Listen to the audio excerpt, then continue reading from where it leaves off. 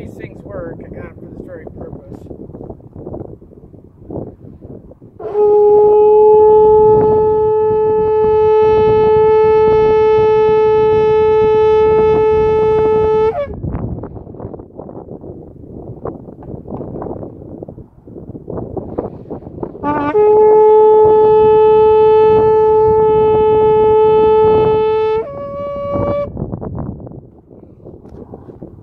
I made a promise to somebody today that I blow the shofar, and that's what I did. But I'm going to take advantage of this and speak of a few things. One of the things is I would like to talk about is all this hysteria over the way the flag is to be flown or not, however you look at it. People, you know, Paul talked about the letter of the law as opposed to the spirit of the law. Jesus says you strain at a gnat and you swallow a camel. You know, we got people in prison, vets. We got protesters that are vets. And it's damn hard to get anybody to listen to anything you've got to say. It's really damn hard. I don't even call that shock therapy. I got a whole different definition of shock therapy. You know, Jesus was the first one to use shock therapy. Remember the thousands that were following him around so he could get fed off of some loaves of bread and some fishes? Remember them? Remember how he got rid of them? Why he got rid of them? He got rid of them when he says, unless you drink of my blood and eat of my flesh, you can no wise enter into the kingdom of heaven. His disciples are like, what in the world's going on here? The fact of the matter is they just wanted a free handout and they didn't want to take up their cross and come following him. And that's really what he wanted. He didn't want a bunch of beggars, thousands of beggars following him all around to get free food. Okay, maybe that's a little bit harsh. But there are hard sayings. There are things that are meant to shock, to get attention. And I'll do whatever it takes, within reason, to get attention to what's going on here in America. You know, because for whatever reason, so many people are oblivious to the fact that we got a communist judge that is going to rule on a precedent-setting case. And she's totally packed that court. She's totally packed that court. And people are just, you know, I guess they'd rather sit down at the bar and discuss other things. I've heard bar talk. Yeah, I've heard bar talk. Okay? Anyhow, people are saying you gotta move on, you gotta move on. Well, I need closure. That's just the way I am. It's the way I've always been, and I don't think I'm going to change anytime too soon. I need closure.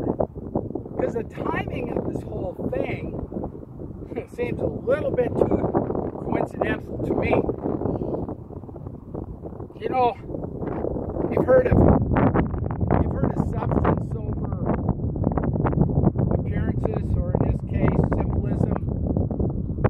You've heard of principle over personality. I want you to think about that. Just think about that for a moment. Does anybody see the irony of what these two vets did there in Pahrump? I mean, didn't they? They're veterans, right? They took an oath. Uphold the Constitution of the United States, defend it against all enemies, both domestic and foreign. So you go and you fight. You fight for your country, you fight for the Constitution, and you come home and decide it's okay to take somebody's First Amendment rights away from them. I would have thought, I really would have thought, you'd have been the first to defend those people's First Amendment rights. That's what I would have thought. Because you did take an oath, right? You took an oath. Well, sure you did. You couldn't be a veteran unless you took an oath. So what is it? Is it personality or is it principle? Is it symbolism or is it substance? You know, symbolism's great as long as it fits the substance behind it. Let me tell you what the American flag means to me. First of all, I think it's the most beautiful flag in the world. Yeah, I really do. I love the colors. I love the concept. 50 stars up there representing individual states. The 13 stripes represent the original 13 colonies. The colors. Blue for loyalty. Loyalty to the Constitution of the United States. White. Sacredness to those principles. Those principles should be sacred to us. We should be loyal to them, and red for the blood that was shed for those principles. Okay? It's the principles. As soon as we get into personalities, we're in a cesspool. Aren't we tired of kings? That's where the concept of a personality will go. Greatest kings that ever lived fell flat on her face. There's this question whether we're in distress or not. To the people that are actually informed, yes. To the people that are not informed, obviously not. You know, I said this previously, but Babylon, the greatest empire of its time, literally fell in about an hour. When the king of Babylon saw the writing on the wall, it said, "You've been weighed in the balance and found wanting." Shortly thereafter, they were conquered. Up till that point, everything was fine and dandy. You know? No problems here. How about when the Berlin Wall fell? It fell overnight. There's no indication it was going to fall, but it fell. How about the days of Noah? And they're laughing at this guy building this big old boat out there. And I bet that was pretty comical, right up until the time the first raindrop fell. Yeah. So that happened basically just like that too, didn't it? What did Jesus say? As the days of Noah, so also will be the days of our time. That should waken everybody up right there. You know, but it's the signs of the time. They're everywhere. They're all over the place. Jesus said the laborer is worthy of his hire. Doesn't that kind of seem backward to get hired first and then you go to work? No, not according to Jesus. Not if it's a spiritual person. The laborer is worthy of his hire. You know, for those take charge type people, they got a vision and they jump in. They roll up their sleeves and they jump in. And they do not just a commendable job, but a great job. Let's talk about B.J. Soper. He had a wonderful idea. He came all the way from our neighbors to the north, drove all the way down. He had an idea. Who do you think were some of the first people to say, "Yeah, I like that idea, let's do it. That seems like a great idea. We'll exercise our faith in your idea, and we will do it, and we will see what the outcome is." So this laborer, by the name of B.J. Soper, comes down and comes up with this idea of making this little jail cell. And who do you think were the first ones to support him? Oh, I will tell you, Gavin Syme. I will tell you, John Lamb. I will tell you, Kelly Stewart and others. They didn't feel like they were put out. They didn't feel oppressed or somebody stepping on their toes. They weren't jealous in any way. You want to know why? Because their heart's in the right place. Yeah, their heart's in the right place.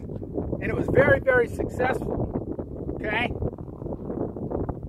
Those people came down, rolled up their sleeves and said, we got a vision, and you know what? We will share it with everybody, and we will do the best that we can. A lot of people got involved and got behind them. You saw how many people actually sat in those little makeshift jails. You saw how many people actually donated to the tune of, I don't know, a lot of money. Yeah, a lot of people supported that idea, and they did it. Didn't hurt my feelings. You know, I had a bunch of ideas too. You know what? Their ideas are better than my idea. I even put some of my equipment out there. Well, maybe this would be a good idea. Their idea was better than my idea. You know what? It's great. It was fine. I have no problem with that. You want to know why? Because the only thing I want to see is results. I want to see those men out of prison. That's what I want to see. And my ideas aren't always the best. You know? But hey, that's the way it goes. Maybe next time my idea will be the best. Maybe the next time your idea will be the best idea. So why do you quit? Why do you give up? Why do you separate yourself in what you think is a better cause, possibly, or another cause? Why the venom? I don't get it. I really don't. You know? We're all individuals. We all got our own mission in life. We all got our own opinion, the way things are supposed to be. Sometimes we just got to be humble and say, hey, your idea was better than my idea. Let's go with it. Let's just go with it. Okay? Okay, I said enough about that. Or maybe I said enough about everything at this time. Nothing else is popping in my head immediately, except for this wind and this 103-degree temperature. So, I guess I'll sign off.